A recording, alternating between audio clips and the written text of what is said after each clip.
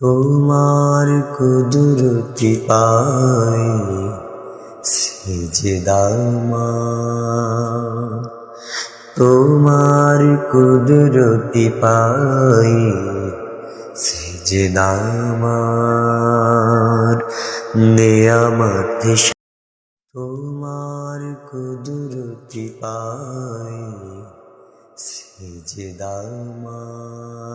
حضرت عبداللہ بن ابی اوفی رضی اللہ تعالی عنہ سے روایت ہے، کہتے ہیں ہم ایک بار رسول اللہ صلی اللہ علیہ وسلم کے پاس بیٹھے ہوئے تھے، اچانک آپ صلی اللہ علیہ وسلم نے فرمایا، قطع رحمی کرنے والا ہماری مجلس سے اٹھ کر چلا جائے۔ آپ کی بات سن کر ایک نوجوان مسجد سے چلا گیا، وہاں سے چل کر وہ اپنی خالہ کے پاس آیا۔ دونوں کے درمیان کچھ خفگی اور ناراضگی تھی، دونوں نے ایک دوسرے سے معافی تلافی کی۔ اتنا ہونے کے بعد وہ نوجوان آپ کی مجلس میں واپس آ گیا۔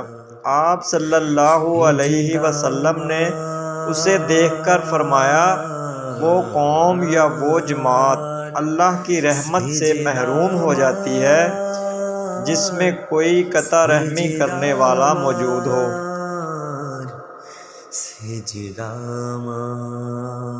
حضرت ابن عمر رضی اللہ تعالی عنہ سے روایت ہے، ایک شخص نبی کریم صلی اللہ علیہ وسلم کی خدمت میں حاضر ہوا اور عرض کیا، اے اللہ کے رسول، مجھ سے ایک بڑا گناہ سرزد ہو گیا ہے، کیا اس سے توبہ کی کوئی شکل ہے؟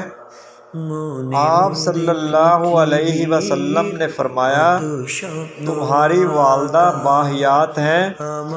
ایک دوسری روایت میں اس طرح کے الفاظ ہیں کہ تمہارے والدین حیات ہیں؟ اس نے کہا نہیں۔ آپ صلی اللہ علیہ وسلم نے اس سے پوچھا، تمہاری خالہ زندہ ہے؟ اس نے جواب دیا، ہاں۔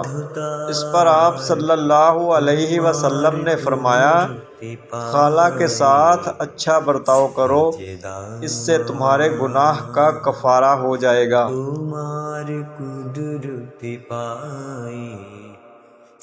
حضرت عمر بن خطاب رضی اللہ تعالی عنہ سے روایت ہے، کہتے ہیں کہ میں نے حضور صلی اللہ علیہ وسلم کو فرماتے ہوئے سنا ہے کہ تمہارے پاس اویس بن عامر اپنے جان نثاروں اور چاہنے والوں کے ساتھ آئیں گے جن کا تعلق یمن کے قبیلہ مراد اور کرن سے ہے۔ ان کو برص کی بیماری ہوگی جس سے وہ شفا یاب ہو جائیں گے، مگر ان کی بیماری 1 درہم کے بقدر باقی رہ جائے گی۔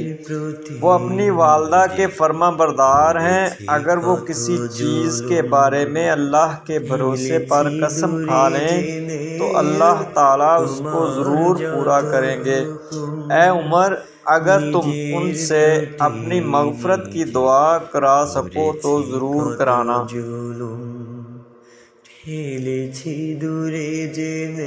حضرت انس بن مالک رضی اللہ تعالی عنہ سے روایت ہے، رسول اللہ صلی اللہ علیہ وسلم نے ارشاد فرمایا، جو شخص اپنی عمر میں درازی اور رزق میں برکت کا خواہش مند ہو، اس کو چاہیے کہ والدین کے ساتھ بھلائی اور صلح رحمی کرے۔